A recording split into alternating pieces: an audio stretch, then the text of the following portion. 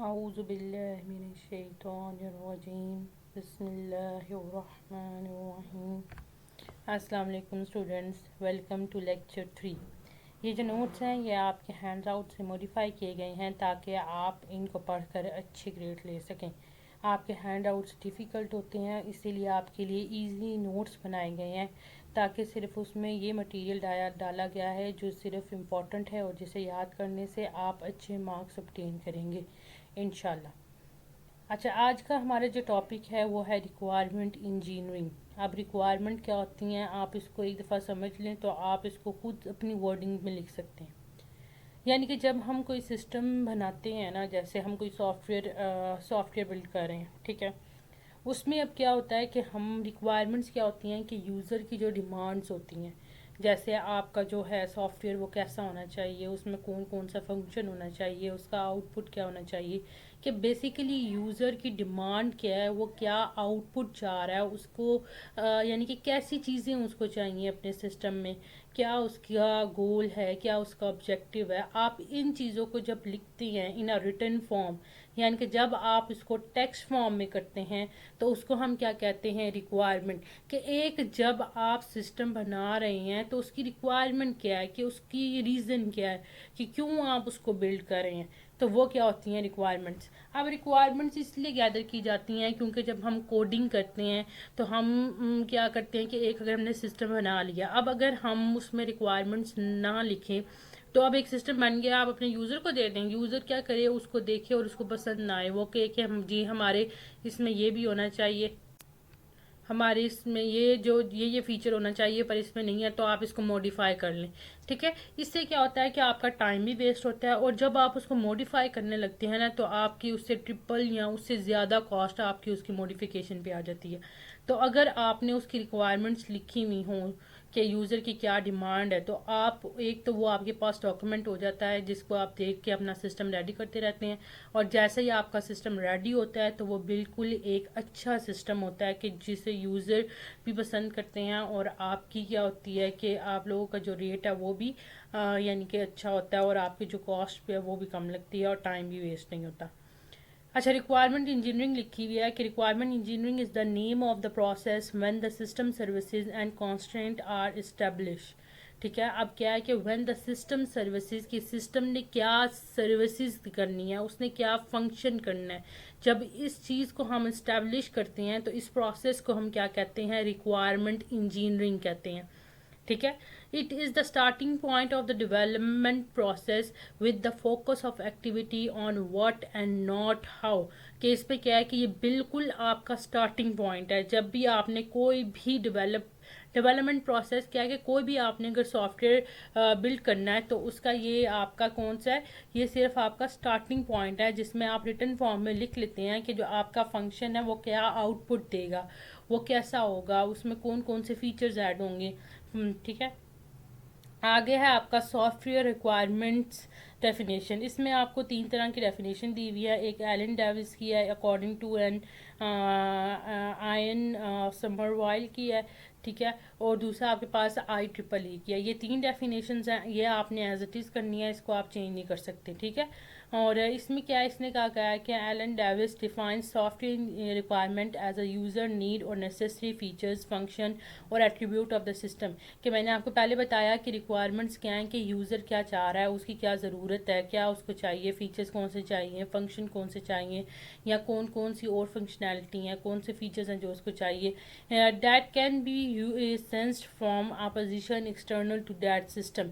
ठीक है, यानी कि वो अब सारे इंक्लूड हैं, वो एक्सटर्नल भी हैं, वो इंटरनल भी हैं, क्या कौन से कंसेप्ट हैं, कैसे उसका होल सिस्टम होना चाहिए, इन सब को हम क्या कहेंगे, सॉफ्टवेयर रिक्वायरमेंट्स। अगला है आपके पास requirements are a specification of what should be implemented, they are descriptive of how the system should behave or of a system property or attribute property or attribute, they may be a constant on the development process of the system. इसमें भी वही बात की गई है कि इसमें हम सिस्टम को बताते हैं कि व्हाट शुड बी इम्प्लीमेंटेड, कि आप क्या इम्प्लीमेंट करना चाह रहे हैं, क्या आप परफॉर्म करना चाह रहे हैं, ठीक है। और आपका जो सिस्टम है वो बिहेव कैसे कर रहा है, उसमें कौन कौन से फीचर होंगे, कौन से फंक्शन होंगे उसमें। फॉर एग्जांपल होम पेज होगा, होम पेज के बाद अगर आपने लॉगिन किया है तो कौन सा पेज आएगा, फिर उसमें कौन बटन होंगे, या लिस्ट आपने करनी है, या क्या और नए फीचर्स उसमें ऐड करने हैं, ठीक है। और IEEE का है कि आ कंडीशन और capability needed by user to solve a problem और अचीव एन ऑब्जेक्टिव, कि क्या है ये कोई भी कंडीशन हो सकती है कि जो यूज़र ने रखी हो किसी भी प्रॉब्लम को सॉल्व करने के लिए, कि उसका जो उसने क्या ऑब्जेक्टिव क्या उसने गोल अचीव करना है, ठीक है। यानी कि सिंपल लैंग्वेज में यही इसको हम कहेंगे कि जो यूज़र की रिक्वायरमेंट्स हैं, जो यूज़र की डिमांड है अपने सिस्टम के लिए, उसको हम क्या कहते हैं, रिक्वायरमेंट्स। आगे नीचे क्या है कि software requirement is a document that describe all the services provided by a system along with the constant under which it must operate, ठीक है। यानी कि इसमें क्या है कि आप अपनी इसमें सारी सर्विसेज अपनी डिस्क्राइब करते हैं कि जो किसने करनी है, जो आपके यूज़र ने परफॉर्म सॉरी आपके सिस्टम ने परफॉर्म करनी है, ठीक है। उसके बाद क्या आ गया, इंपॉर्टेंस ऑफ रिक्वायरमेंट, कि अब इम्पॉर्टेंट क्यों है रिक्वायरमेंट्स। मैंने आपको बताया कि अगर आप रिक्वायरमेंट्स अच्छे से नहीं लिखेंगे तो आपका जो सिस्टम है वो एक अच्छा सिस्टम नहीं होगा, और आपको उसको बार बार मॉडिफाई करना पड़ेगा, बार बार चेंज करना पड़ेगा, जिसकी वजह से क्या है कि आपकी टाइम भी वेस्ट होगा और आपकी कॉस्ट भी ज़्यादा लगेगी, और जो है आपका जो कस्टमर सेटिस्फेक्शन रेट है वो भी आपका कम हो जाएगा, ठीक है। अगर आप चाह रहे हैं कि एक आप अच्छा और एक्यूरेट सॉफ्टवेयर बनाएं तो उसके लिए आपकी जो रिक्वायरमेंट्स हैं वो आपकी बहुत अच्छी होनी चाहिए, ठीक है। SPK has studied in great detail and has been noted that 40 to 60 of all defects found in software project can be tracked back to poor requirements, कि उसने कहा है कि ये भी हमने नोट किया है कि जो आपके प्रोजेक्ट है उसमें 40 to 60 प्रॉब्लम्स क्यों आती हैं, क्योंकि आपकी जो प्रोजेक्ट की जो रिक्वायरमेंट है वो बहुत बुरी होती हैं, इसीलिए जो आपका जो है आगे जो सिस्टम की परफॉर्मेंस है उसमें फिर डिफेक्ट्स आते हैं।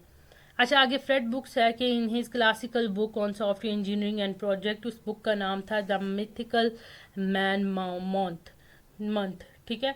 The hardest single part of building a software system is deciding precisely what to build.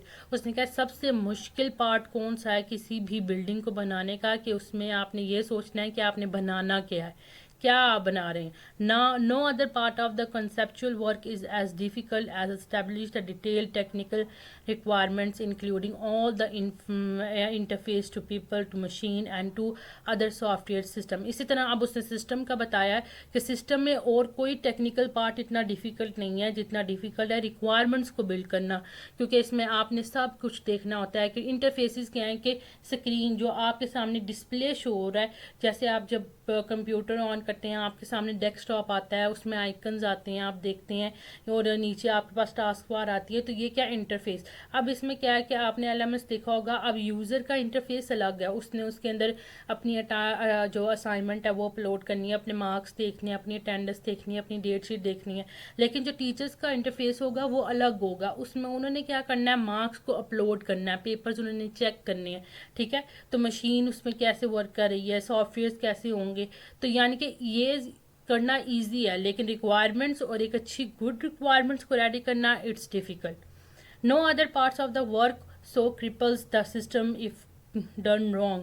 No other part is more difficult to rectify later, ठीक है। यानी कि इसमें से उसने कहा है कि अगर आप एक मॉडिफाई कर रहे हैं सिस्टम, तो वो रिक्वायरमेंट्स को जब आप गलत लिखेंगे तो पूरा सिस्टम आपको मॉडिफाई करना पड़ जाएगा, ठीक है। नेक्स्ट उसने यहाँ पे आपको बताया कि आप एग्जांपल ले लें कि अगर आप एक हाउस बिल्ड कर रहे हैं, ठीक है। अब आपने पूरा घर बना लिया, आपने कोई उससे पहले सोचा नहीं है कि आपने रूम किधर रखना है, आपने पूरा घर बना लिया। अब घर बन गया तो आप कहते हैं नहीं जी ये चीज़ ऐसे होनी चाहिए, ये रूम इधर नहीं जी इधर होना चाहिए, यहाँ विंडो भी होनी चाहिए, ये किचन इधर नहीं उधर होना चाहिए, इधर बाथ भी होना चाहिए। तो ये क्या है कि अब आप पूरे घर को तोड़ेंगे और दोबारा से बिल्ड करेंगे, तो क्या है आपकी कॉस्ट भी ज़्यादा लगेगी, टाइम भी वेस्ट हुआ। लेकिन इसके बरक्स अगर आप एक मैप बना लें उसका, और मैप पे क्या करें, आप सोच लें कि जी घर कमरा इधर होगा, दूसरा कमरा इधर होगा, इधर विंडो होगी, इधर बाथ होगा, तो उससे क्या है एक तो आपका फटाफट घर भी बन जाएगा, आपको सोचना भी नहीं पड़ेगा ज़्यादा, यानी कि एक टाइम आपने थिंकिंग कर लिया तो आपका प्रोजेक्ट भी क्या होगा अच्छा होगा। ठीक है, नीचे उसने क्या कहा है कि देखिए रिक्वायरमेंट्स में आपकी कोई मनी नहीं लगती, कोई पैसे नहीं लगते। आगे आप एनालिस्ट जब एनालाइज उसको करते हैं तब आपकी बिल्कुल थोड़ी सी अमाउंट लगती है, डिज़ाइन में फिर उससे ज़्यादा, इम्प्लीमेंटेशन में उससे भी ज़्यादा। ठीक है, और इंटीग्रेशन में क्या कह रहा है, जब उसको आप इंटीग्रेट करते हैं तो उसमें क्या 30 to 52 तक जा सकती है वो। लेकिन मेंटेनेंस में क्या है 200 और ये 200 से 368 तक जा सकती है। तो देखें मेंटेनेंस में कितनी आपकी जो कॉस्ट है वो आपकी इंक्रीज हो जाती है।